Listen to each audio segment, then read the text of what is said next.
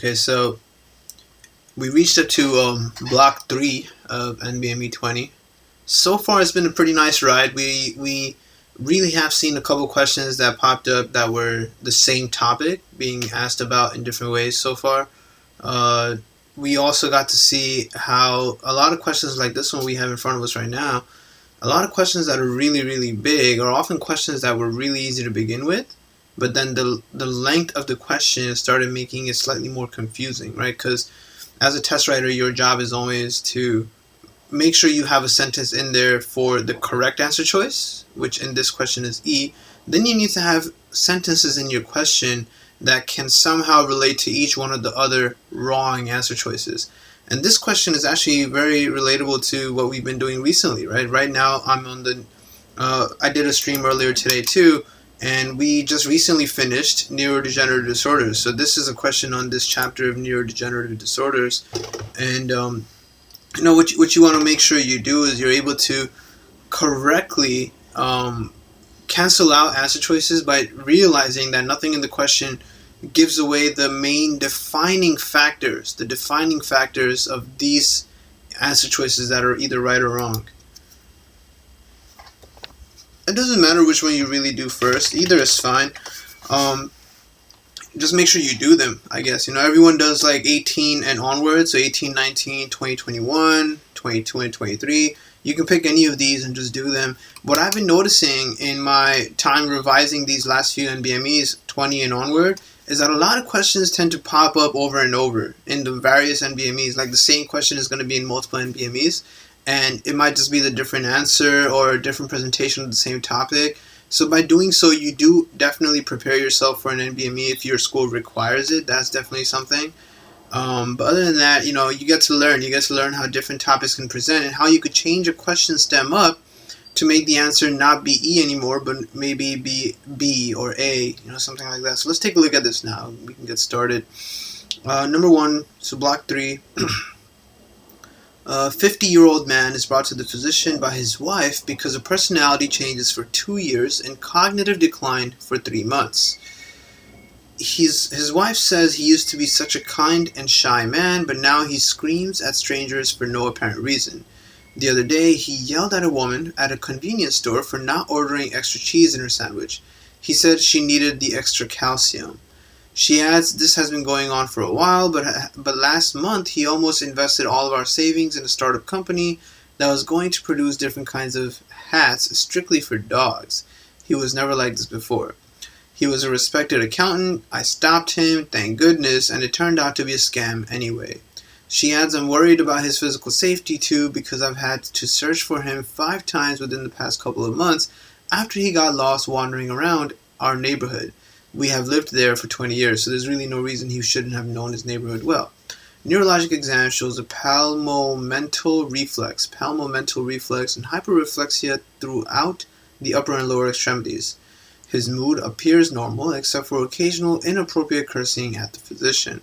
His many mental state exam is 21 out of 30. A CT scan of the head shows disproportionate atrophy of the frontal lobes bilaterally.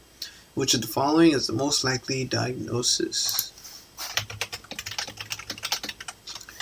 So, looking at everything they gave you, majority of this question stem was just quotes of what the wife is saying. And this is a very realistic presentation. Oftentimes, when a spouse comes with the patient, the spouse will be the one describing everything, and they're so fed up and tired of it all, they end up talking a lot more than they needed to. So, from the things they gave you, though, it's very obvious this is frontotemporal dementia. Answer choice A, dementia, Alzheimer type, would be wrong because he's not doing just Alzheimer things. Remember that in Alzheimer, you're not going to have weird behavior per se.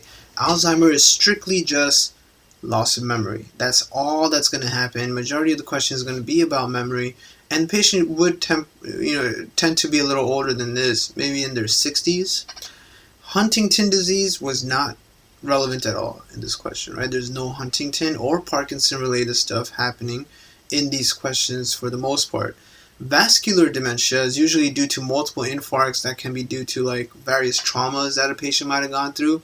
But this is very evidently PIC disease. Frontotemporal dementia, also known as PIC disease formerly, is early changes in personality and behavior, or aphasia may have associated movement disorders. While this presents very similarly to Huntington's, you can differentiate it because in this item it says atrophy of the frontal lobes bilaterally, whereas Huntington has atrophy of the caudate and putamen with ex-vacuoventriculomegaly.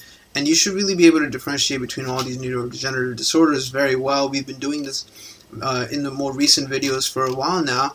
And, pig disease or frontotemporal dementia is really going to be emphasizing a lot about the behavioral changes like that question did. And, everything else is going to be secondary to that. The only thing I was mentioning earlier when I did the stream for neurology was that frontotemporal dementia has these hyperphosphorylated tau proteins, which are the same hyperphosphorylated tau proteins you kind of tend to see in Alzheimer. Right? So Alzheimer also has the same hyperphosphorylated tau protein. And when I did the video, I think 2 neurology videos ago, about neurodegenerative disorders, we saw where the tau proteins came from. They were part of the cytoskeletal element, and when all of them kind of rip off the cytoskeletal element, the cytoskeletal elements break, and all the tau proteins kind of stick to each other, making neurofibrillary tangles. So that's kind of where that was coming from. Other than that, the question stem didn't fit anything else, so you really couldn't pick any of these other guys. And vascular dementia is a result of multiple arterial infarcts or chronic ischemia. Right? But it's not going to be something where you're going to really emphasize characteristic changes. Alright, this was a pretty interesting question, kind of lame too, because we don't really tend to know this anatomy very well. So, a 72-year-old woman with dysphagia is undergoing surgical evaluation of a mass in the posterior mediastinum, so she's really old. During this procedure, the thoracic duct is inadvertently damaged near the mass, so the mass is in the posterior mediastinum. So they damaged the thoracic duct somewhere in the posterior mediastinum. The injury is most likely to impair the normal lymphatic return of which of the following structures? So if you look at your lymphatic duct, right? Let me make this bigger. If you look at your lymphatic duct, you have your cisterna chyli down here. Around the T12 vertebra, it starts going upwards as a thoracic duct. You have your T5 vertebra where it kind of starts reaching the final place of drainage, and it reaches your left subclavian vein. Right, so around the T5 vertebra is where it finally reached your behind the mediastinum area, right, around the T5 vertebra. So now at this point where you have your supravian cava, you have your heart, you have your esophagus, this area here between T5 and C7 is kind of where you have your mediastinum. So right here, we're saying we may have cut it off right here. So you start looking at your answer choices. You have the heart, the left breast, left upper extremity, right kidney, right lung. There's actually, remember earlier I was saying that a lot of questions can be answered by hardcore logistics majors, even if they don't know medicine, right? Because you have logical questions like which one of these is different from the other. So if you look at all of these answer choices, the one that really sticks out compared to the others is the right kidney. Not only is it one of the major guys of the sad pucker, but it's also the only guy below the diaphragm, right, below the diaphragm. So your right kidney is actually further down over here, and that was the answer, right? The left upper extremity and breast are drained by the axillary lymph node, which would make it fine to this area. They wouldn't, that drainage would not be impeded. The kidney is drained by the thoracic duct. The heart has its own lymph system going on surrounding the heart, so that couldn't possibly be the answer. Everything ultimately needs to reach the supravian cava through the left subclavian vein. And if you cut it off right here somewhere, then anything coming up from down here won't be drained, and that would be your right kidney from these answer choices.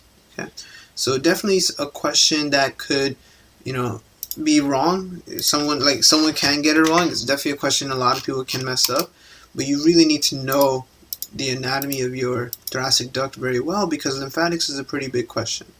Right, so I put it into my book too, and both of these images do a pretty nice job showing you, how everything gets drained, ultimately coming back to your subclavians and going into your inferior vena cava. Right, so the book has lymphatic drainage associations, but it doesn't really break down lymphatic drainage that well. So I've spoken about this a lot in my immunology videos, because there are a couple of questions you can get on lymphatics that can be slightly difficult if you don't know what you're talking about.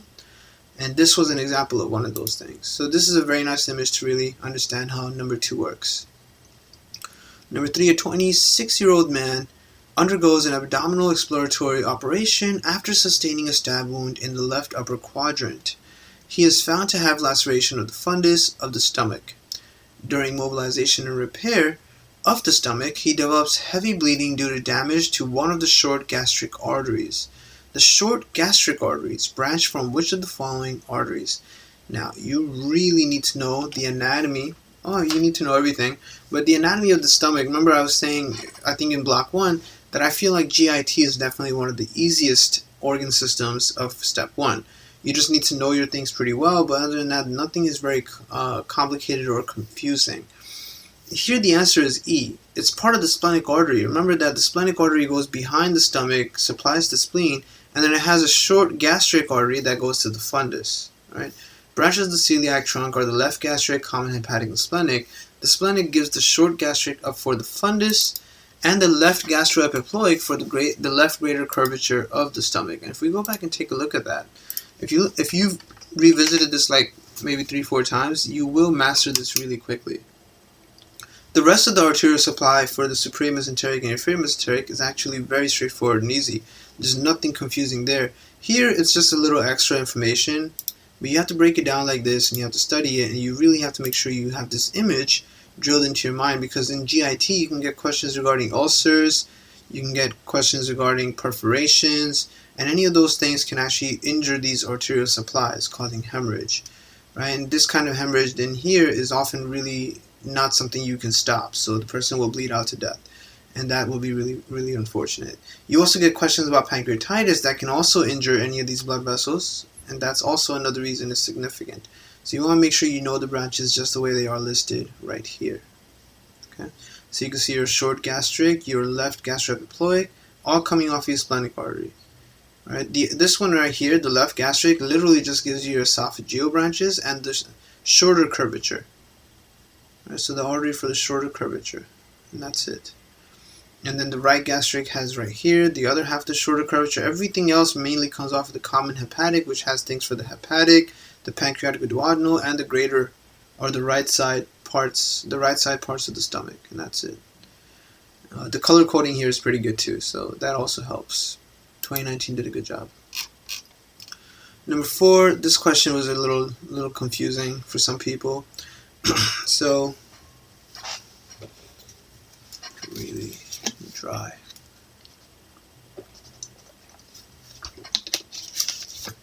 Okay. A 56-year-old man comes to the physician because of a 6-month history of worsening fatigue and moderate lower extremity edema. He has a 15-year history of poorly controlled hypertension. Blood pressure is 195 over 110. BUN is 70. Creatinine is 7. 24-hour urine sample contains 300 milligrams of protein. Which of the following is the most likely pathologic finding in the kidneys? This guy has hypertensive emergency, very evidently, right? He's got end organ damage to the kidney already. And they want to know what you would find in terms of pathology in the kidney. And as soon as you see fibromuscular hyperplasia of the arterioles, you can just log that in, right? Because you know fibromuscular dysplasia is a thing for hypertension. In fact, in the book, when they talk about hypertension the first time, they show you the beating, right? This is the beating that you're supposed to see. There's another image of the same thing. NBME 23 also has a question about fibromuscular dysplasia, as you can see right here. So this is a pretty high-yield topic for NBME, if anything. But yeah, when you have the characteristic string of beads appearance of the renal artery, that's something for fibromuscular dysplasia, and this is usually seen in females. I know this is a 56-year-old male, but the other thing is the other answer choices didn't really make sense. You're not going to have coagulation necrosis, right? That's not the kind of necrosis you get with arteries. Arteries and blood vessels do not get coagulation necrosis, right? Answer choice C, inflammatory cell infiltrate in the interstitium. Why would you have inflammatory cell infiltrate? This is just hypertension. Large electron-dense deposits in the glomeruli is actually related to a certain type of renal pathology, but not hypertension. Multiple renal artery aneurysms, that's not really significant either for hypertension. And wedge-shaped cortical infarcts that would be from lack of blood supply. If you cut off the blood supply to the kidney, then you get that, right? That's a sign of hemorrhage right there. So those things all didn't really make sense. This patient is going to have hyperplastic arteriosclerosis involving the thickening of vessel walls by hyperplasia of smooth muscles. And that gives it the onion skin appearance. Consequence of malignant hypertension with acute end organ damage, hypertensive emergency. Results in reduced vessel caliber with end organ ischemia, may lead to fibrinoid necrosis, right? Blood vessels get fibrinoid necrosis. Classically causes acute renal failure with a characteristic flea-bitten appearance, which I've never really seen being described, but is something you can watch out for. And then Robbins talks about fibromuscular dysplasia in a pretty good way as well. But all in all, this was a pretty straightforward question. Just don't get too confused by the other answer choices. Alright, number 5. This is one of my favorite type of questions to get. I love this stuff. Every time a question on this pops up. An otherwise healthy 4-month-old girl is brought to the physician because of the lesion shown. The lesion has been present for 2 months but has grown rapidly over the past 3 weeks, which of the following is expected to over the next 5 years? And the correct answer was H, spontaneous involution. UWorld asked about this thing too. This is the strawberry hemangioma. Remember that strawberry hemangioma should remind you of strawberry shortcake, which is a doll for little kids. So you know that strawberry hemangiomas occur on infants or little babies, and UWorld taught you that, and First Aid says it too, that the strawberry hemangioma will first grow, then involute, and they gave you that. It's been growing, right? It's been growing rapidly over the past 3 weeks, and then all of a sudden it starts to go away. And the reason it starts going away is because it gets so big, but the stem is so small that eventually it gets too big to supply itself and it dies. So it's like if you're growing a tumor on your hand or something, and then the blood supply for that tumor gets cut off, that tumor would just have to fall off, something like that. So that's generally all there is to strawberry hemangioma. It's really straightforward. It compares to a cherry hemangioma, which usually occurs in adults. Right, so you can look at it right here. This is strawberry shortcake. The doll on the left is strawberry shortcake from a cartoon. Let her remind you that strawberry hemangiomas occur on babies. Right? And you can see right here too. In addition, you pop your cherry as an adult. That sentence should remind you that cherry hemangiomas occur in adults. Furthermore, adults do not change. Should remind you that cherry hemangiomas will not self-resolve or regress. And this is a cherry hemangioma. In fact, instead of self-resolving or regressing, it actually starts multiplying. So as you keep getting older, if you got one, you're going to get many more. Right, this thing on the far left is Kaposi sarcoma. Right, Kaposi sarcoma, this one. Right, endothelial malignancy most commonly affecting the skin, mouth, GI tract, often related to AIDS. Right, so that's your comparison of all 3 of those skin lesions, which you could tell that the age is a major influence as well, and then a backline story of what they were doing, if they have AIDS or anything else about their history, is also really significant. Number 6, a 50-year-old woman comes to the physician because of a 3-month history of a discharge from both breasts. She has a history of hypertension and type 2 diabetes mellitus. She takes hydrochlorothiazide. Physical exam shows a thin, milky discharge from both breasts. Which of the following mechanisms is most likely responsible for this patient's condition? Now, people chose all kinds of answers for this question. Actually, I wrote it here. See, the internet does not know how this is the answer. Because I asked a lot of people, and I'm part of a lot of forums. Most people were not sure. Like, if you know, then definitely feel free to reach out to me, email me what you think might have caused this. But the internet didn't really know how this is the answer. But it's definitely not breast cancer, because the discharge is bilateral. Diabetes and hypertension do not fit this issue either. Never do we really think of diabetes or hypertension leading to breast discharge. Systemic mastocytosis is actually something that NBME likes talking about. They've had other questions where the question was actually about systemic mastocytosis. And I can't remember very accurately right now, but I'm pretty sure either AMBOSS or UWorld, one of them had a question about systemic mastocytosis, but it's not in First Aid. So systemic mastocytosis is related to mast cell proliferation and increased histamine secretion, leading to gastric hypersecretion with ulceration and some skin manifestations like flushing. So how you get this question, and I describe it here because I feel like it's becoming a new high-yield topic. So systemic mastocytosis is going to be a patient with histamine-related manifestations. Remember, H2 blockers are something you take to stop histamine-related gastric secretion.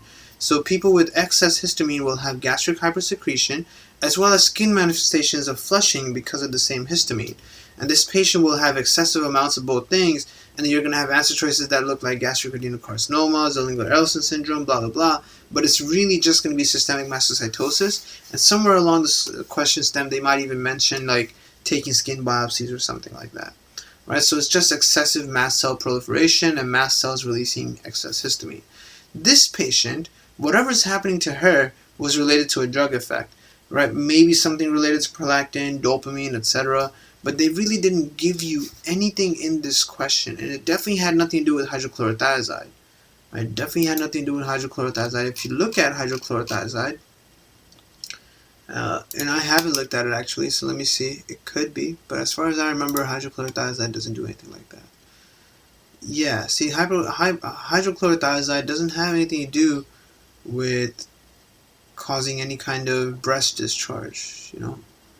Nothing like that. So it really doesn't make sense. It has nothing to do with the hydrochlorothiazide. None of the diabetes medications do it either. No diabetes medication causes you to have breast discharge. So this was a really messed up question that wasn't very accurate. But you could still somehow pick drug effect just because you would know it had nothing to do with the others. Although a lot of people that I spoke to and a lot of people that did do this question picked breast cancer because, you know, it's hard to kind of figure out what drug would do this too. So, you know, it's definitely not mentioned what drug would do it either. So there's that. This one, okay, 38-year-old woman comes to the physician because of a 3-day history of sore throat. During the exam, the patient is asked to protrude the tongue and say, ah. This causes elevation of the area at the tip of the arrow in the photograph shown, which is basically your uvula. Deviation of the uvula. Function of which of the following nerves is most likely being tested by this maneuver? And you have to remember all the cranial nerve and how to test them. So this is just the vagus nerve. You know that the facial nerve is for muscles of smiling on your face. Glossopharyngeal is more so related to your tongue and pharynx. Hypoglossal is also just muscles of the tongue. And spinal accessory is for the muscles out here, right? Your trapezius and stuff. So cranial nerve 10 checks the uvula. The uvula deviates away from the side of the lesion because the weak side collapses, so the uvula points away. So in this patient, since the uvula is pointing away from the lesion and the uvula is pointing to the left, this means that the right cranial nerve 10 for this baby has a lesion. Or, wait, this looks like a baby, but it's a 38-year-old, right? Yeah, 38-year-old. So the right vagus nerve of this 38-year-old woman is injured. Cranial nerve 5 lesions cause the jaw to deviate toward the lesion, while cranial nerve 12 lesions cause the tongue to deviate toward the lesion, right? So lick your own wounds, clean your own wounds, that kind of stuff helps you remember both of them. Cranial nerve 11 leads to a weakened sternocleidomastoid muscle, making it hard to turn your head the opposite way. But the shoulder droops on the same side, right? Because the trapezius. So if we go back to page 576, you can see those things right here. Okay, so yeah, the trapezius and sternocleidomastoid. So everyone is basically toward. Everything is ipsilateral, right? Because even with cranial nerve 11, like it's the same side sternocleidomastoid and the same side trapezius. It's just the function of the sternocleidomastoid is to help you turn your head the other way. So that's different. But everything is ipsilateral except cranial nerve 10. That makes your uvula deviate away from the lesion. Okay, so definitely make sure you memorize these because we're going to get to that. We haven't gotten to this part of the pathology yet. But these are usually easy giveaway questions. And then understanding upper and lower motor neuron lesions and all of that. Very significant things, especially here, motor neuron signs. When we get to these things, you know, I'm going to make sure I make my best attempt of having everything really easy to memorize. Today we finished up to here. We finished multiple sclerosis. So this is where I'll be starting up tomorrow when I do it. Or maybe even tonight. Although it's a Friday night, so I probably won't be able to do it tonight. But yeah, I'm going to be posting a schedule on my community page pretty soon so I can keep you guys updated on everything. But the tentative schedule, it seems right now, is that weekdays, especially Monday through Thursday, 12 to 3 p.m. is going to be for NBME revision. 10 a.m. might be one session of first aid, and then 6 p.m. would be more sessions of first aid. So that's my tentative schedule that I'll be posting on the community page of my YouTube as well as on my Facebook page. Number 8, a 34-year-old man who is HIV positive is brought to the emergency department because of severe abdominal pain for 12 hours. So HIV positive abdominal pain. He's been getting antiretroviral therapy for the past 2 weeks. Prior to starting the medication, his CD4 T lymphocyte count was 35, which is pretty much zero. In addition, he was diagnosed 14 days ago with disseminated Mycobacterium avium intracellulare infection by a positive blood culture and enlarged intra-abdominal lymph nodes on CT scan. His temperature is 102, pulse is 104, and blood pressure is 110, so he has a high fever. The lungs are cleared auscultation, abdominal exam shows tenderness, a CT scan of the abdomen shows further enlargement of the lymph nodes since the previous CT. Improved function of which of the following cells is required for the development of these findings? So basically what they're asking you is what started working that caused him to have bigger lymph nodes now.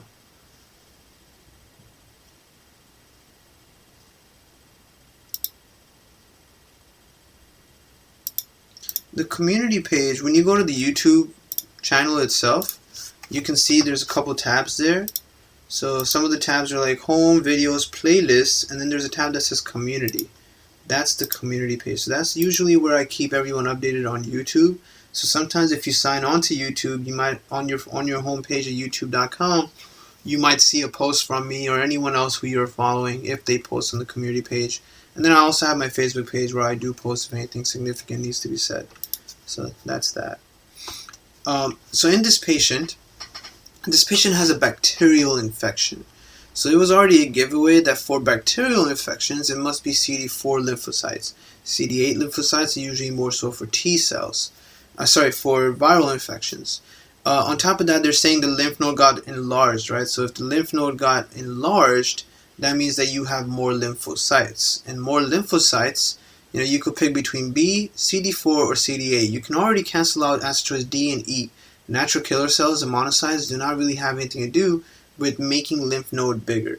Okay, so if your lymph node got bigger and you have a bacterial infection, it must be because you have more CD4 T cells. That's it. Therefore, in an AIDS patient, to enlarge the lymph nodes, the CD4 dysfunction must be resolved. Right, and you know that you start losing function of CDs anyway because of AIDS. If we go back to, let me see, where they mentioned this stuff.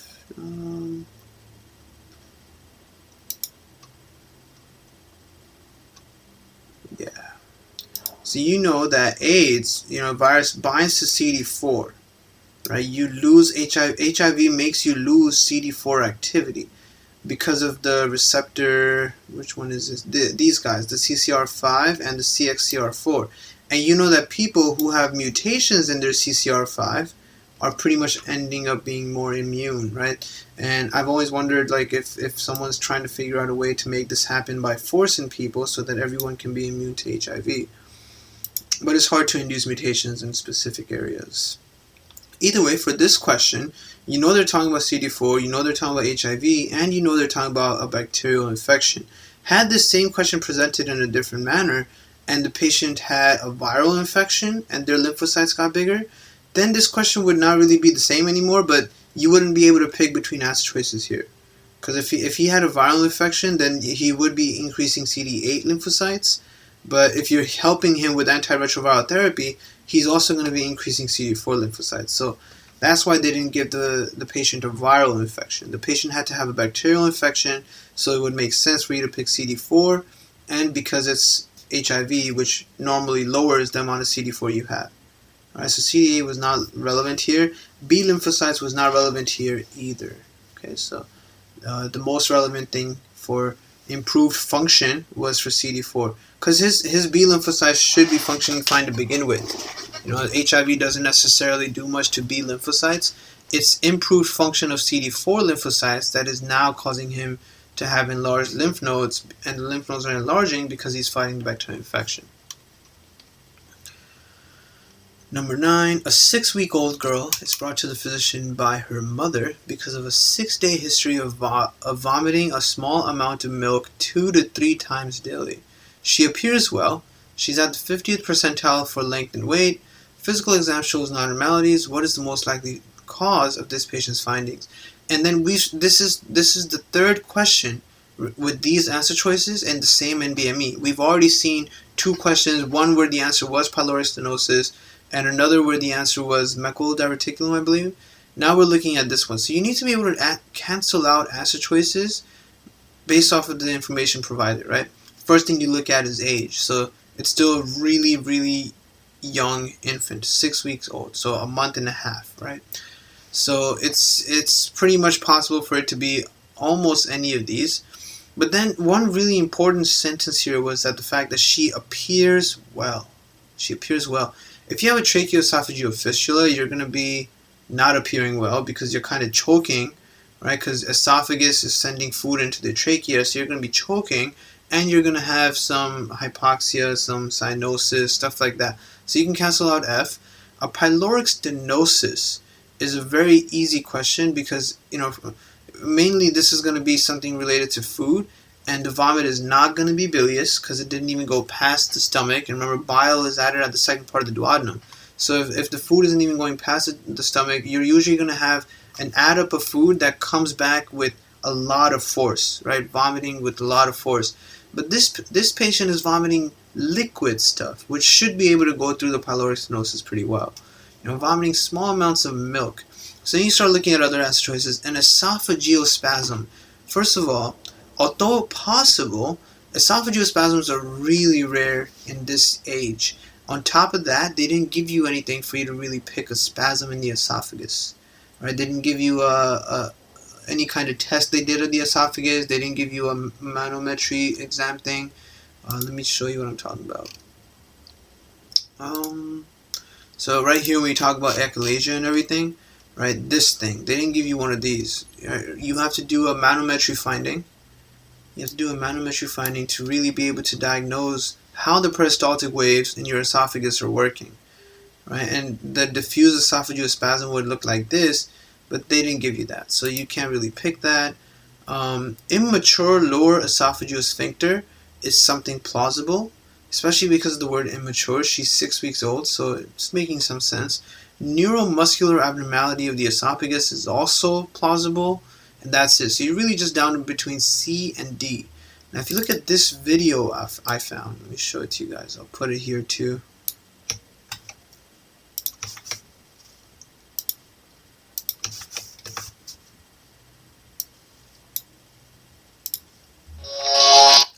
So this video is with this Dr. Viren Virasuria, some Indian doctor, pediatric gastroenterologist, where they really talk about diagnosing GERD in children, right? You rarely ever really think about diagnosing GERD in a child, but it is a thing. It's definitely a thing. It can happen, often gets overlooked, and you obviously want to make sure you understand how to work with that, because GERD, as bad as it is for adults, it's really bad for kids too. So the baby is actually fine with no major failure to thrive, right? That's the first thing you should realize. The baby is doing okay.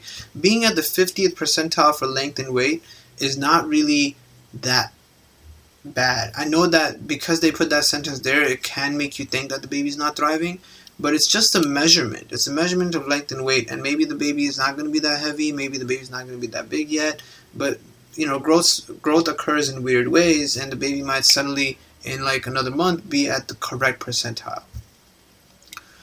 Spasm would have dysphagia and angina-like chest pain with corkscrew barium of the esophagus. None of that was given. They didn't give you the manometry either. Pyloric stenosis would have non-bilious projectile vomiting with a lot of force. Tracheoesophageal fistula would have to have cyanosis due to the laryngospasm or choking spells. Malrotation of volvulus would be painful. Both of those things tend to be painful. Volvulus in an infant is midgut, whereas in an elderly patient is more towards the end. But none of that is given. So you can cancel out all the answer choices. D, the neuromuscular abnormality of the esophagus, is very similar to saying the esophageal spasm, because an esophageal spasm is a neuromuscular abnormality of the esophagus. So those are the same answer choices. All right. Number 10, a 66-year-old man has had fatigue, shortness of breath, and temperature to 40 degrees Celsius for a week, which is really high. An X-ray of the chest shows cavitary lesion with a fluid level in the right lower lobe of the lung. And he's really old too. Culture of the sputum grows Klebsiella pneumoniae. Symptoms resolve with antibiotic treatment. Which of the following is most likely to be found in the right lower lobe 6 months later? So basically, this guy had a cavitary lesion in the lower lobe. It was full of Klebsiella, and then they resolved it. They fixed him. So he's okay now. But what are you going to see 6 months later? And then you get all these answer choices, only one of which is a sign of recovery. Okay? Focal pulmonary fibrosis is a sign of recovery. Focal means in one area. Pulmonary fibrosis usually occurs anywhere you had injury. Granulomatous inflammation would be a sign of infection. Liquefactive necrosis would also be a sign of infection or some kind of damage that's still going on. Metaplastic pulmonary epithelium doesn't really make sense. Why would you have metaplasia of pulmonary epithelium after the thing has been resolved? There's nothing like that. And normal pulmonary parenchyma really doesn't make sense. Why would you see normal parenchyma when this guy actually had a cavitary lesion? That lesion has to be healed. So a radiographically visible air fluid level suggests a pretty large lesion, hence the word cavitary. That's not going to become normal tissue again. 6 months following resolution of symptoms, you can expect healing in the form of a scar. That is fibrosis, but only in a single spot. Focal pulmonary fibrosis. All right. Number 11, a 75-year-old woman goes to the physician because of a burning, itching sensation on the right side of her chest for 7 days, and a rash in this same area for the past 3 days. Her temperature is 99.1. Examination shows clustered skin lesions overlying 2 ribs near the right axillary line in the mid-thorax and on the back near the right scapula. So some weird stuff's happening, but notice how everything's on the right side. And she's 75, right? Really, really old. So already you can kind of start figuring out this looks like shingles. Some of the lesions are fluid-filled blisters and others have crusty scabs. Light microscopy is most likely to show which of the following. Now, once you figure out a shingles, you need to remember what shingles is and what it looks like. If you look at all the answer choices, branching fungal hyphae you can cancel out. You know this is not fungal. Diffuse separation of dermis and epidermis is actually, you should know what that is. If you have separation of dermis and epidermis, that falls under the category of bullous pemphigoid versus pemphigus vulgaris. Here, that would be bullous pemphigoid, separation of dermis and epidermis. Granular deposits of IgA at the tips of dermal papillae completely doesn't make sense. That, whatever that's related to, would be on both sides, not just on one side, right? It wouldn't be unilateral, everything on the right side for this patient. Immunofluorescent staining for C3 along the epidermal basement membrane. That is, once again, along the same line of bullous pemphigoid versus pemphigus vulgaris. And I believe if it's on the epidermal basement membrane, that's again bullous pemphigoid. So that can't be it either. Multinucleated giant cells and neutrophil infiltrates seems the most plausible because that's what you get with viral infections. Non-branching fungal hyphae, again, it's not fungal, so you pick E. Right? This is an example of shingles. Herpes simplex and herpes zoster cause abnormal cell division in epidermal cells, creating multinucleated giant cells. A Zank smear showing multinucleated giant cells is characteristic of varicella zoster virus. HSV would also have a Zank smear with multinucleated giant cells. Other identifying terms for herpes are the fact that it's a single dermatome, which does not cross the midline, painful because it's got the burning and itching sensations, and lesions in multiple stages. Right? Some of them were crusty, whereas others were fluid-filled. Right? So this is herpes zoster virus. Okay, so that's that. Number 12. 60-year-old woman with type 2 diabetes is brought to the emergency department because of a 16-hour history of substernal chest pain that radiates to the left arm. Her pulse is 110, respirations are 18, blood pressure is 96/60. Cardiac exam shows no murmurs. Diagnosis of an acute MI is made. 2 days later, the patient develops acute respiratory distress. Physical exam shows JVD to the angle of the jaw. Crackles are heard over the lower half of the lung fields. A grade 4 out of 6 apical systolic murmur is now heard. Which of the following is the most likely mechanism of this patient's worsening condition? So, this is clearly the progression of an MI. That's kind of what the question is about, right? She had a diagnosis of MI and something happened 2 days later. So now you have to remember the progression of an MI and what are all the things that can occur very, very soon after an MI. You start looking at all your answer choices: cardiac tamponade, necrosis of membranous interventricular septum, pericarditis, right ventricular aneurysm, or a rupture of the papillary muscle. Where an MI is a myocardial infarction. And following an infarction, you get rupture of muscle because it's not getting the right blood supply. Later on, you can get these other things too. These are all actual viable progressions of an MI, but within the 2 to 5 day region, right, the two most important MI complications that occur early after an MI are papillary muscle rupture and interventricular septum rupture. Right? They gave you something for interventricular, but this is necrosis. Necrosis is death. That's not what happens. It's just breaking down. Rupture is what occurs. Papillary muscle rupture leads to severe mitral regurgitation, which is heard as a systolic murmur at the apex. And that was also a giveaway of the papillary muscle stuff. They gave you the systolic murmur that she has now is because she lost her papillary muscle there. So if you go to page that discusses all of that, progression of an MI, you can see it here, right? So it's got a breakdown within days. UWorld also has a table like this one. Right? So 0 to 4 hours minimal change, 4 to 12 hours coagulation necrosis occurs, and you start seeing wavy fibers. In 12 to 24 hours, you're going to start having the coagulation necrosis even more with marginal contraction band. And this table is really just talking about all the light microscopy findings. Complications are discussed by first aid, whereas right after the first day, on the same day, you can have a ventricular arrhythmia, heart failure, or cardiogenic shock because fluid is backing up into the lungs, all of which makes sense. Within the first 3 days, you can have post-infarction fibrinous pericarditis or free wall rupture, right? This is also within 3 days, free wall rupture. Later on, within the first 2 weeks, you can get the mitral regurgitation from other stuff rupture as well, right? Papillary muscle rupture, free wall rupture, interventricular septal rupture, everything starts rupturing because the blood supply is not that good anymore. And then later on, you can get autoimmune stuff and true ventricular aneurysms.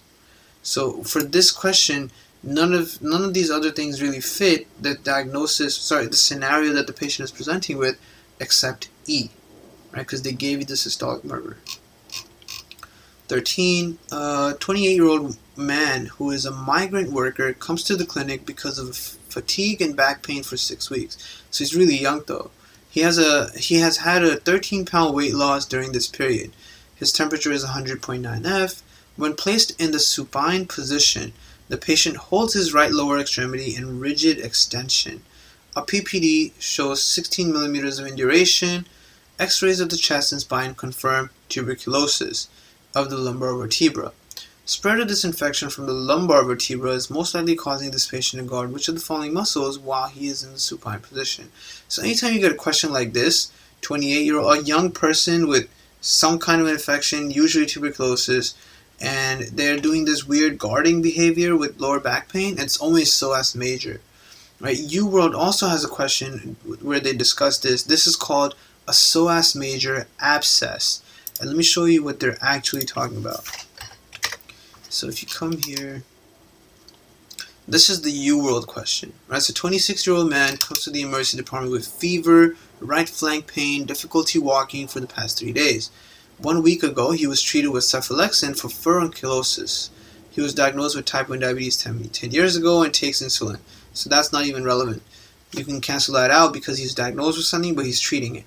He resists simultaneous extension of the leg and thigh, particularly at the hip. The pathological process occurring in him most likely involves which muscle? Psoas major. All right. He most likely has a psoas abscess. The psoas muscle arises from the transverse processes of the 12th thoracic through 5th lumbar vertebrae. It then courses downward across the pelvic brim, anterior to the hip joint capsule, and deep to the inguinal ligament to insert into the lesser trochanter of the femur via a tendon shared with the iliacus. So you need to know that anatomy, but not so much. You don't need to know it that well. The iliacus and the psoas muscles are the major flexors of the hip. Psoas abscess can occur due to direct spread of infection from an adjacent structure or from hematogenous or lymphatic seeding from a distant or possibly unknown site. Risk factors include diabetes, IV drug use, HIV, and other forms of immunosuppression. And here, this is your erector spinae muscle. This is your psoas major. This is the quadratus. All the muscles are kind of nicely labeled here. And the psoas major is on both sides, so that's why they end up presenting with lower back pain, right? Because the muscle is kind of pulling at it. And that's a pretty significant topic. UWorld asked about it. NBME is even asking about it. So make sure you know. If you have this presentation, you pick psoas major. The other muscles, erector spinae, we just saw in that image too. Right, so it's relevant, but not exactly something that was causing this patient's presentation, because the erector spinae keeps you erect. It's really just there to keep you standing tall, but it wouldn't make you do what this patient is doing, where he's like pulling his legs in. Holds his right lower extremity in rigid extension, which was a weird description. A lot of people online complained about that, because holding it in rigid extension doesn't match what happens here in UWorld, where he keeps it flexed. Right knee is flexed and externally rotated. So there's some difference there, but either way,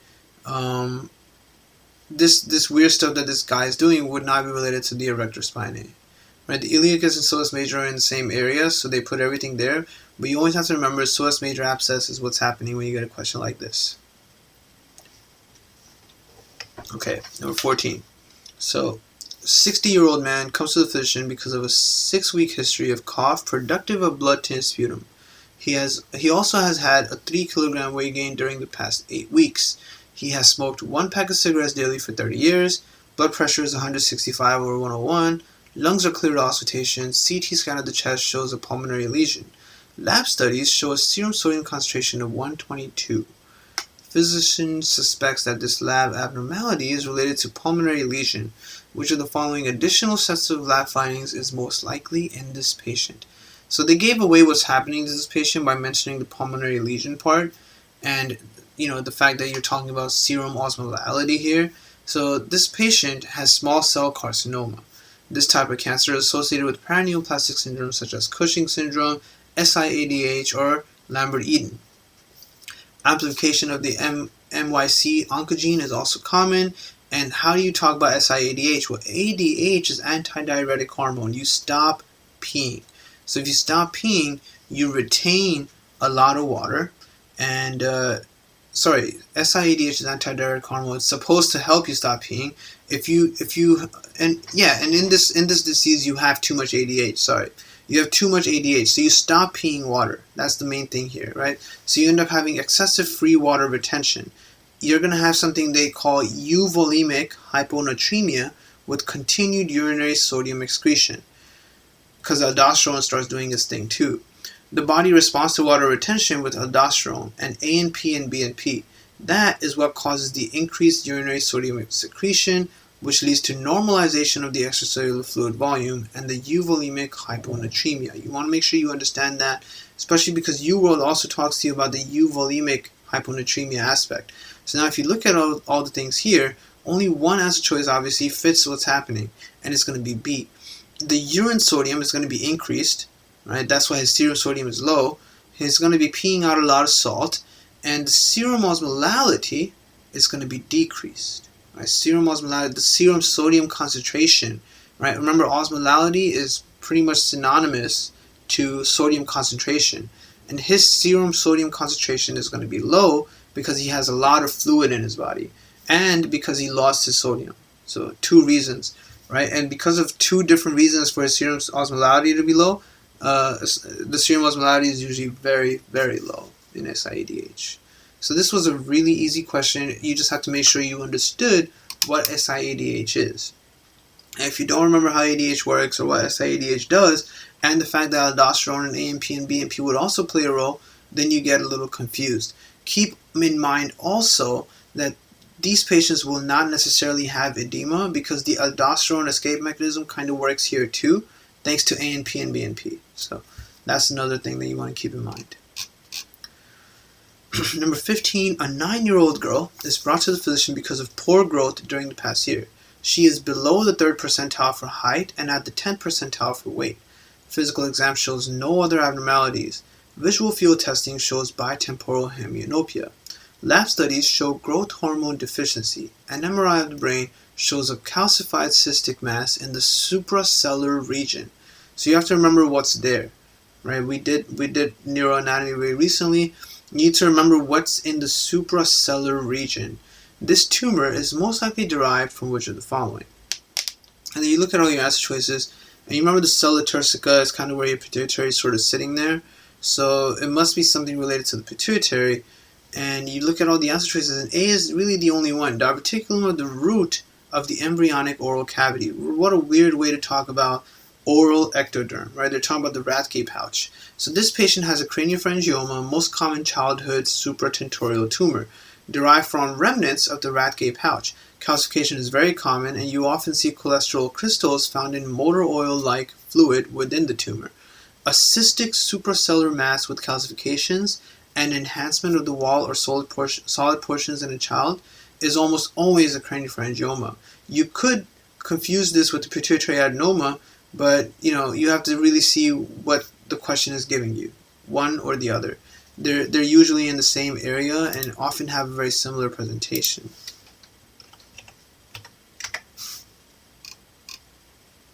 So this thing, craniopharyngioma, right?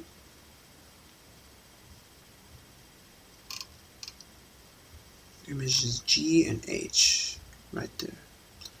The H being the most specific thing. Make sure you really pay attention to the histological things when we get there, because especially here you could tell this one has the most unique histology, but they're all different from each other, so don't just look over any of it. Make sure you grab it very well.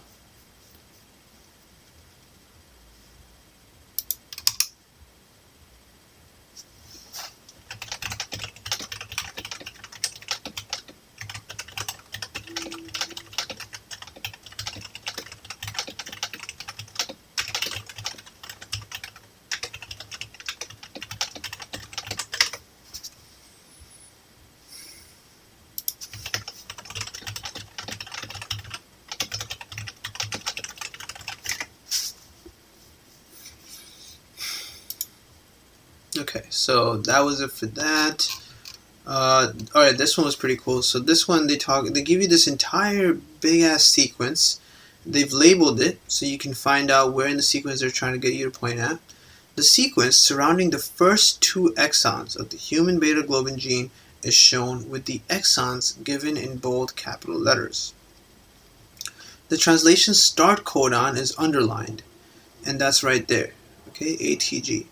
A mutation from G to A at position 355 is most likely to lead to beta thalassemia by which of the following mechanisms? So if you already remember the few things that can cause beta thalassemia, you would know what the answer is. And splicing errors can cause beta thalassemia. So that's one thing.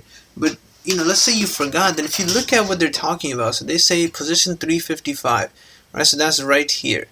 Right? They're saying that the G, right, a mutation from G to A at that position. So that G is going to become an A. What would that do? So now you can see that that is an error occurring in an intron, right? Introns are intervening. Introns are mostly just things that need to be spliced out. If you have an error in an intron and this G becomes an A, then you would have AGT, right, or TAG. Either way, you would get that kind of thing happening. And if you look at right here, right, you see how you have AG, right? AG. AG is actually really, really significant when it comes to splicing. And it's something that many people look over when they study the splicing stuff. So splicing is on page 42.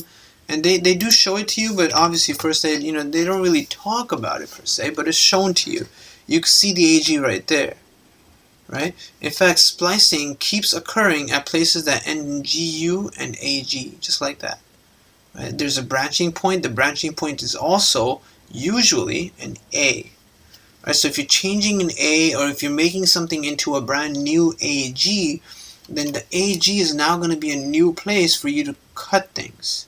Right? So any of these changes, so you turn this G into an A, now you have a brand new AG, so you're going to splice right here, and the new protein is going to have all of that in it. Everything from there to there is going to be part of that exon. So you mess up splicing. So now if you look at the answer choices, creation of a missense mutation that leads to synthesis of a defective beta globin, that's not what a splicing error looks like. Disruption of normal splicing is obviously what we're talking about. Disruption of the polyadenylation of the mRNA is not relevant at all. inhibition of the replication of this gene is actually not done like this either. None of those C and D don't make sense at all. The splicing usually happens at GT or AG areas for both of the two different ends, and you can see that the current splicing and end areas are from 241 to 361. That's where it happens, right? From here all the way to here, right? Those are your two current splicing areas, and you can see that. You see the AG and you see the GC, right? So, or actually more so, look at the lower letter stuff. The GT is the lower letter stuff, and the AG, right? So GT, AG. Always think of G tags, like gangster tags, right? You always want to think of G tag. So G tag is the splicing stuff. And you can see your GT right there and the AG right there. That's your normal splicing. So those are the two areas you're going to splice at. And some A in the middle will be the central thing that you'll curve it all into, right? The branching point. It'll be some kind of A. Any one of these A's in the middle can be your branching point. So if you mess that up and you make a new AG over here, you moved your G tag up a little and your splices are going to look different. And that's it. Okay, so always remember the G tag for splicing. Gangsters will cut you, something like that. So splicing is cutting. Gangster tag. Number 17. Alright, this one was a nice question too, really related to neurology again. A 70-year-old man dies of coronary artery disease, so he's really old. He had a cerebral infarction 8 years ago. A photograph of a specimen of the brain stem is shown, and that's what they gave you. And they labeled left and right on it. Remember that usually this kind of image is given to you the other way, whereas these things are at the bottom. Which of the following neurologic deficits was most likely present in this patient after his cerebral infarction? Okay, so when you look at it, remember that symmetry is a really big deal, right? And everything up here looks okay.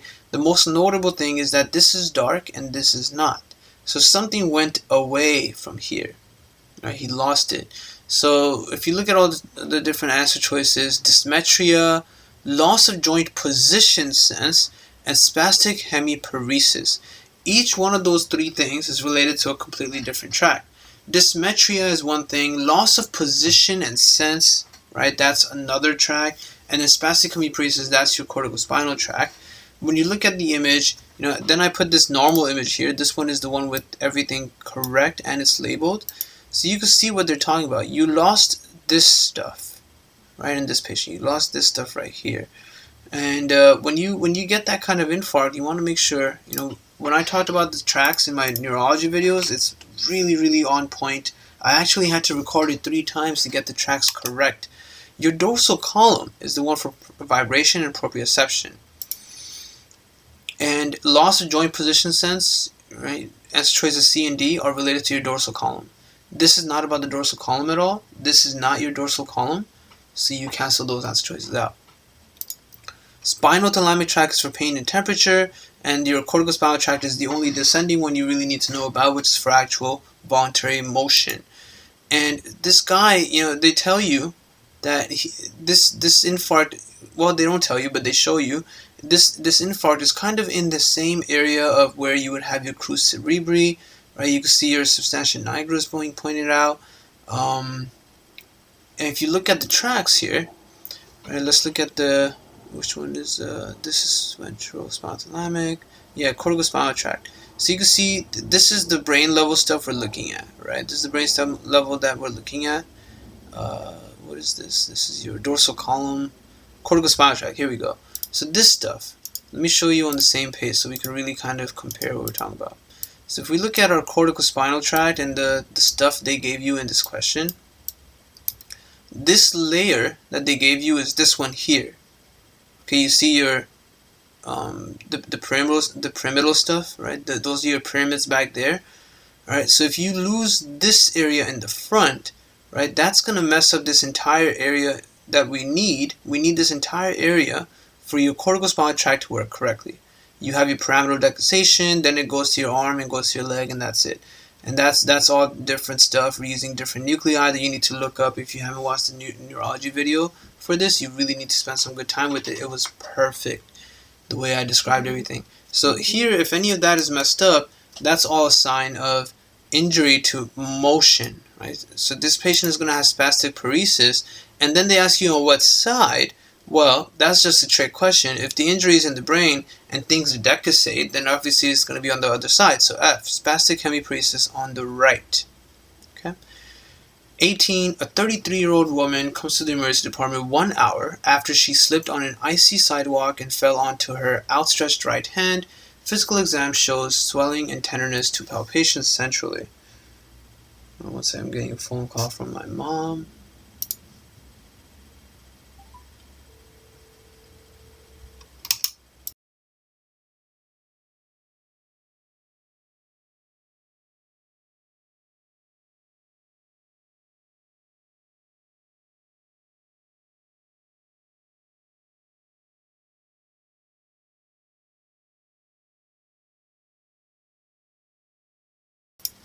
Okay.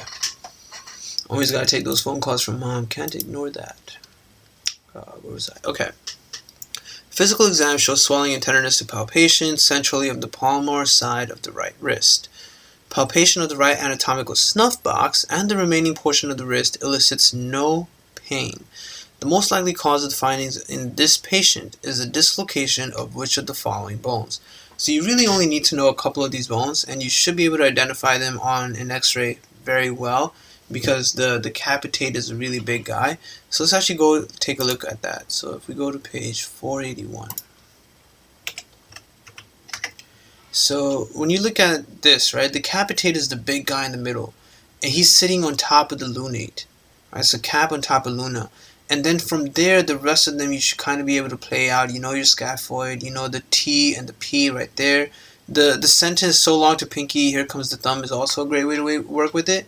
Your capitate is just a really good landmark for you to start actually working with, right?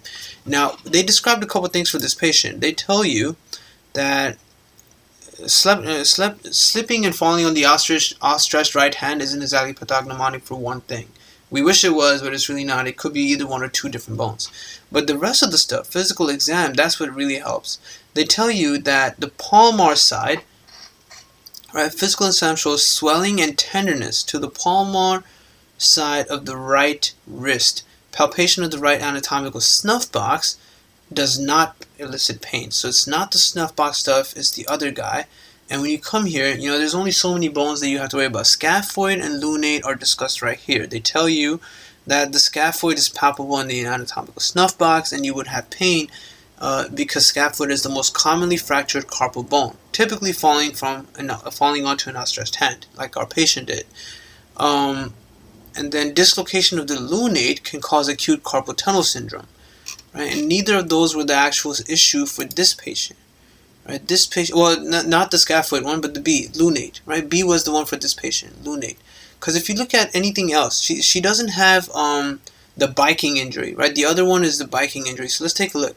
Capitate and lunate are in the center of the palm. Capitate is not an option, so lunate has to be the answer. Because they tell you another thing, right? They tell you something about, centrally located, right? Tenderness to palpation centrally. That was the major giveaway in this question, which was really weird and awkward. You wouldn't really ask you a question in this manner, but they were pointing at a bone that's centrally located, and capitate and lunate are the only ones, so you go with it. But even without that information, you can still do it. Since the snuff box is not causing any pain, you know it's not scaphoid, so you could lock that out. Trapezium and triquetrium are usually never really answer choices. The only other thing that is scaphoid and lunate, and then the hook of hamate. The hook of hamate can cause Guillain Canal syndrome in bikers due to ulnar trapping, and that's not something this patient had either. Right, so this patient only has pain.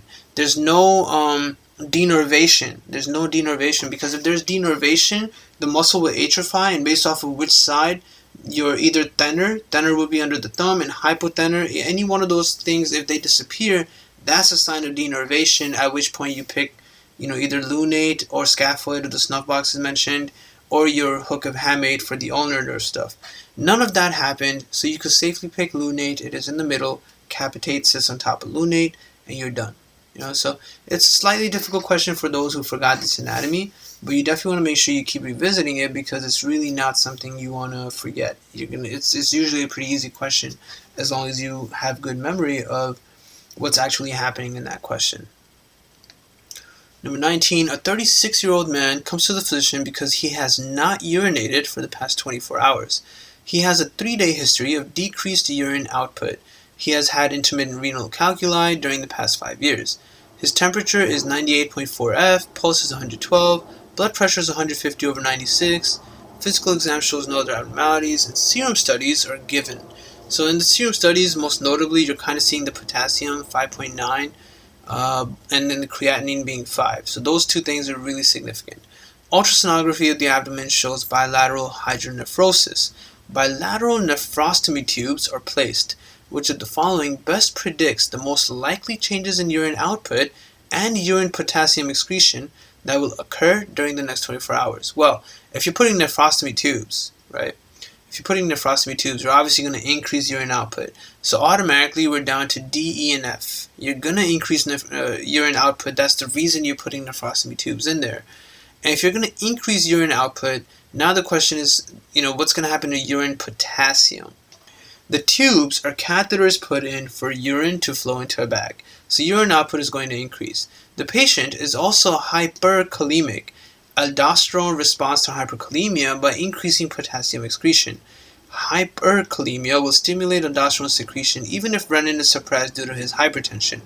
Although sodium will be reabsorbed, this will be transient, should resolve once the potassium level is normalized. And since his urine output will likely return to normal, since his urine output will most likely return to normal, his blood pressure should also normalize.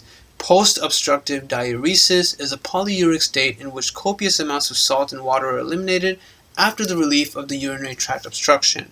Right, so it was a pretty easy question in the sense that you didn't really need to think too much about any of it. Patient has excess potassium and urine is all stuck, hydronephrosis. Once you get him peeing, he's going to pee out the excess potassium. That's kind of what our kidney does, pee out excess stuff. Right, so it's just E, increased, and that's it. 20, a 56-year-old man is admitted to the hospital after an automobile collision that resulted in crush injuries to both legs. 36 hours later, he develops oliguria, hyperkalemia, and an increased serum urea nitrogen. Which of the following is the most likely cause of these findings? Okay, so this again was like a very obvious answer choice, but if you look at everything anyway, contussion of the kidney doesn't really make sense. Contussion of the kidney would not really be something that presents 36 hours later. A fat embolus would probably be something that would go to your lungs. Remember, things from your legs go to your lungs, like a DVT embolus. Also remember that primary bone tumors of your legs also metastasize to the lungs. That's also something Pathoma talks about. So remember that everything from the legs goes to the lungs. So this is not something that happens to his lungs. His kidney is just not seeming to work correctly. Renal vein thrombosis, maybe, but again, kind of unlikely for 36 hours later. So you see rhabdomyolysis, and he had crush injuries to both legs, so you could pick that. Muscle breakdown releases a lot of things, and a lot of things can just go to the kidney and mess up your kidney too. So rhabdomyolysis can present looking like a kidney injury. It can lead to acute tubular necrosis as well. The electrolyte findings are just like renal failure. To differentiate between rhabdomyolysis and kidney injury, you check the urine to see if there are any red blood cells. In rhabdomyolysis, there are no free red blood cells in the urine. Crush injury is practically a buzzword for rhabdomyolysis. Right, so that's all that happened here. And they tell you that the patient just had oliguria, hyperkalemia, and increased serum BUN, but they didn't mention any red blood cells. So that's something you can keep in mind. Other than that, the other thing you can think of, remember from your multiple things in renal pathology, this one page that talks about all the AIN, ATN stuff.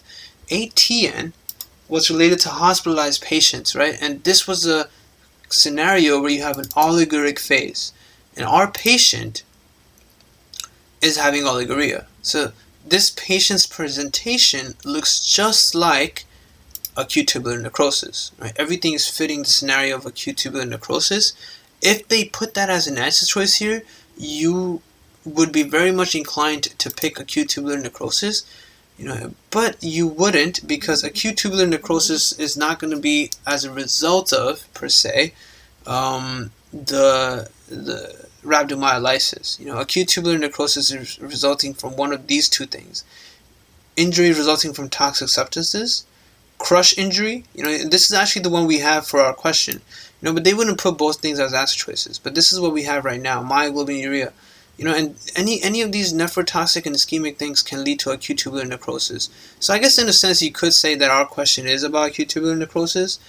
They just didn't put that as an answer choice, right? So this answer choice could have also just been acute tubular necrosis, because that is what this presentation is. You have a hospitalized patient who is oliguric. Anytime you see that, you think of ATN, acute tubular necrosis. Right? And his one is this specific scenario, the crush injury.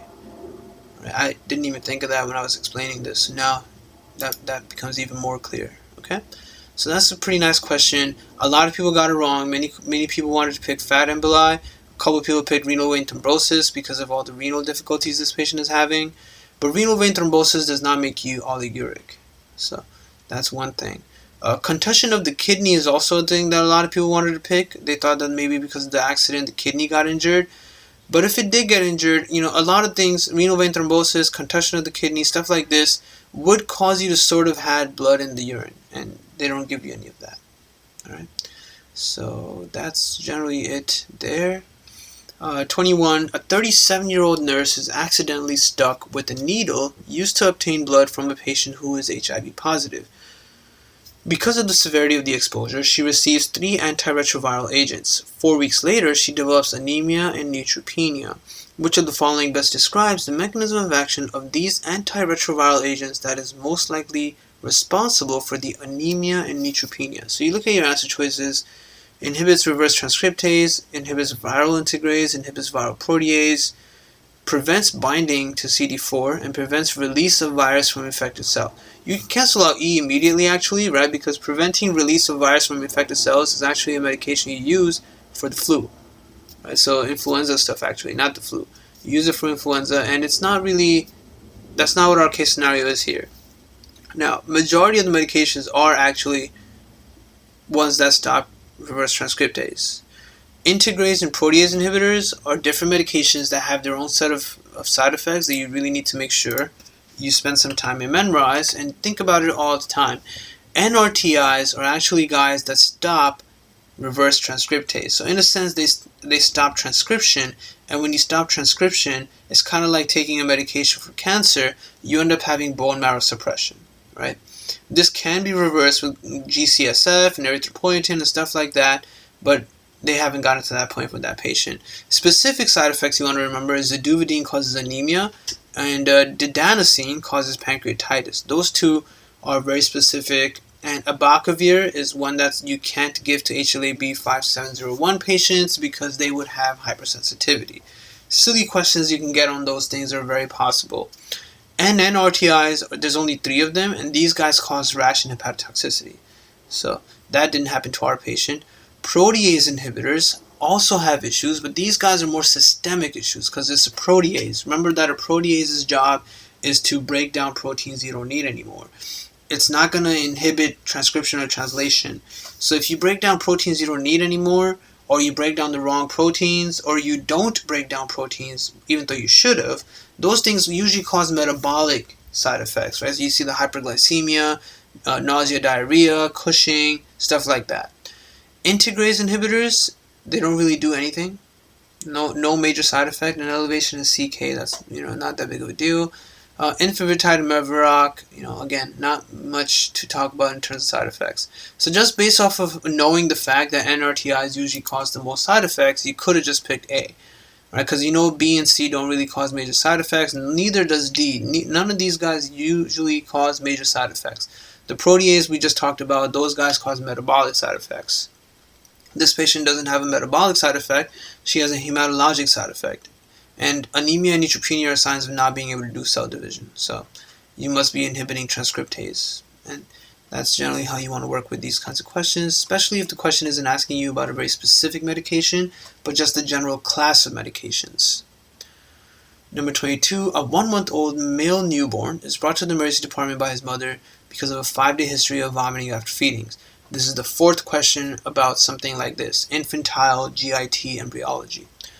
His mother says the vomiting is forceful and appears to contain only formula. So that looks like the hypertrophic pulmonary stenosis stuff right there. She says he seems eager to feed after each episode. He appears irritable. He's tiny. His temperature is 99.7. Pulse is 140, but that's pretty normal for newborns. Infants and newborns tend to have very high pulse. Respiration is 24. Blood pressure is 80/40 because of the vomiting.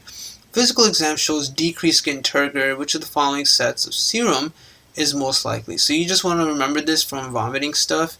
The book does talk about it too. So 383, which is 353 for actual FA 2019. Hypertrophic pulmonary stenosis, they tell you that it results in hypokalemic, hypochloremic, metabolic alkalosis. Alright, so the vomiting causes loss of HCl. You lose H and you lose chloride. Right? You lose H, which is the acid, so you end up having metabolic alkalosis, and you lose your chloride with the H. So now you're hypochloremic. And renal compensation for this loss of H is by preserving protons at the expense of K. Right? So because you lost a lot of H in your vomit, the kidney is going to try to preserve H by throwing away K instead. So now you also become hypokalemic. As the disease is named, the red arrow in the image of the stomach is smooth muscle hypertrophy of the pyloric muscularis mucosa, forming the olive-shaped mass felt on palpation. This is a metabolic alkalosis because without chloride, the basolateral bicarbonate chloride exchanger in your PCT will not work, so you retain bicarbonate. Right, so you really want to make sure not only memorize, but also understand how this is supposed to be working.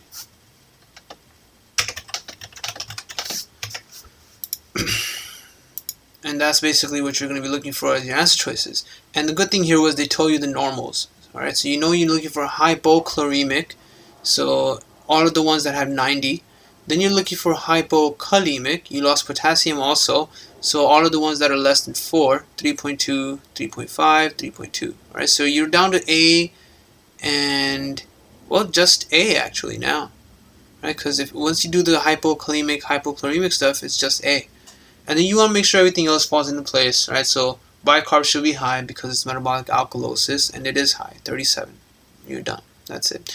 Sodium should not really have a massive change to it, and it doesn't. There's really, in answer choice A, it's 2 lower than normal, but it's, you can give that to the fact that the baby's vomiting or something, so it's not that big of a deal.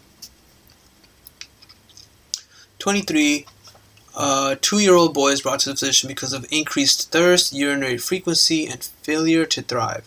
He appears frail. He's at the 5th percentile for length and 7th percentile for weight. Temperature is 100.4. Physical exam shows dehydration and decreased muscle tone. The diagnosis of Fanconi syndrome is made. Which of the following sets of changes in fractional reabsorption in the kidneys is most likely in this patient? So Fanconi is really easy. You just remember the PCT is not working. That's all Fanconi is. If your PCT is not working, you're not going to reabsorb anything because you practically reabsorb everything at your PCT. So what are you going to note? What is the question? Which of the following sets of changes in reabsorption? So everything should generally be decreased, and that's just answer choice H. Yeah, you're going to lose amino acids. You're definitely going to lose glucose. You lose phosphate, and you lose bicarb. Yep. And you can see this multiple ways actually in the book. So Fanconi is a PCT effect, right? And PCT's job is to reabsorb everything, so you lose everything, right? Increased excretion of amino acid, glucose, bicarb, phosphate, and all substances reabsorbed by this PCT. That's what ends up happening. You lose everything. Everything that the PCT was supposed to absorb. What is your PCT supposed to absorb? Well, when you come up here, you kind of see that, right? Glucose, sodium, right? You're also going to be taking up your bicarb with your acetazolamide stopping it, right? Bicarb is another thing here. So your PCT is responsible for many things, reabsorption. We haven't gotten into renal yet in my newer videos, but the older videos already talked about it. So PCT does take back everything, and that's a really big issue if you have Fanconi. You lose everything. So that was all this question was about. Number 24. a hernia question, 3-month-old boy. So automatically, if you know if it's a hernia question because you kind of browsed at the answer choices, a 3-month-old boy, you should know what kind of hernia they're going to have, most likely. A 3-month-old boy is brought to the office by his mother because of a 1-week history of a lump on the right side of his groin. The mother says that when the patient cries, the bulge increases in size, and when he is quiet, it disappears. Physical exam shows a soft mass in the right groin region that decreases easily. Which of the following best describes the relationship of the hernia sac? So you look at all the answer choices, and B is the only one. This patient has an inguinal hernia.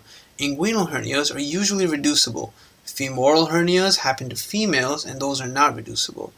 This is an indirect inguinal hernia. It enters the internal inguinal ring lateral to the inferior epigastric vessel and is superior to your inguinal ligament, caused by a failure of processus vaginalis to close, and that's the one that's most common in male infants.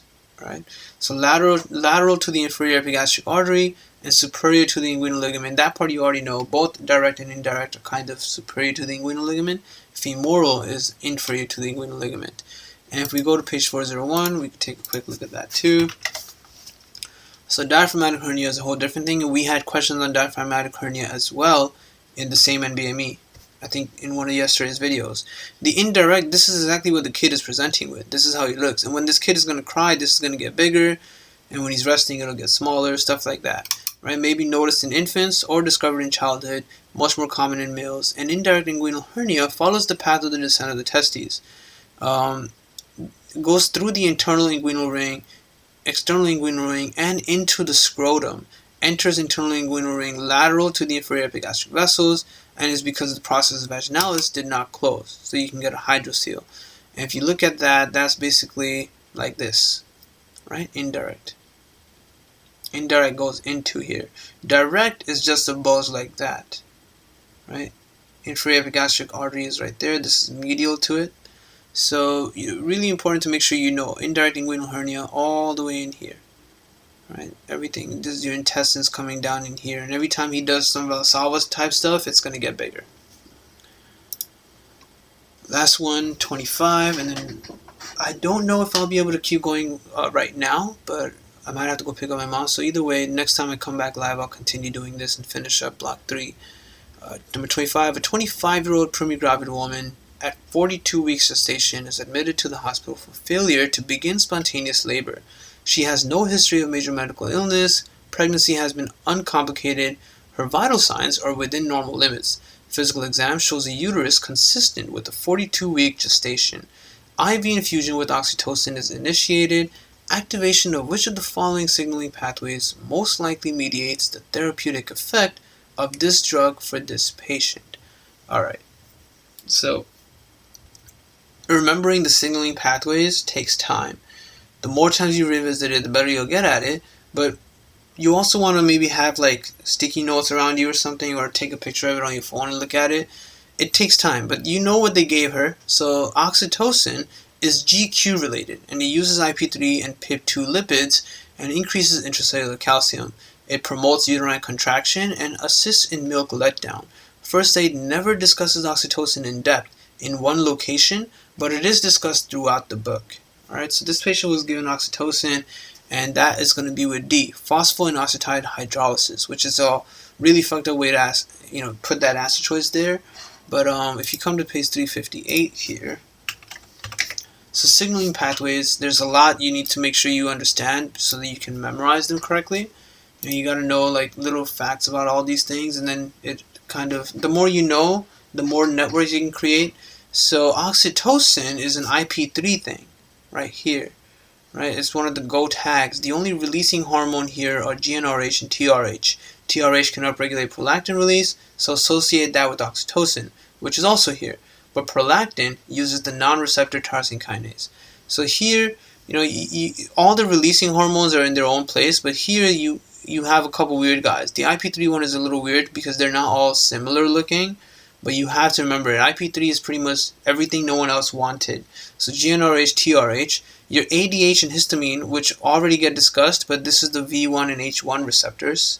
Right? The H2 and V2 receptors are both cyclic AMP. Cyclic AMP and GMP are the easiest ones to memorize. Intracellular stuff is also super easy to memorize. All the cholesterol derivatives, they're all going to be intracellular. Receptor tyrosine kinase is everything that needs to grow, right? So insulin and all these other growth factors. These are all things that need to grow. MAP kinase, think growth factors, right? Mitogen activated protein, serine threonine kinase. So you think of how like insulin is anabolic, so it makes you grow. But I used to have another statement here. Where'd it go? I used to have a statement saying you want to think of like you need a map to grow your colony or something like that, like in in many video games. So always remember the map and growing. That's receptor tyrosine kinase. The non-receptor guys are immunomodulators, so that uses the JAK-STAT pathway.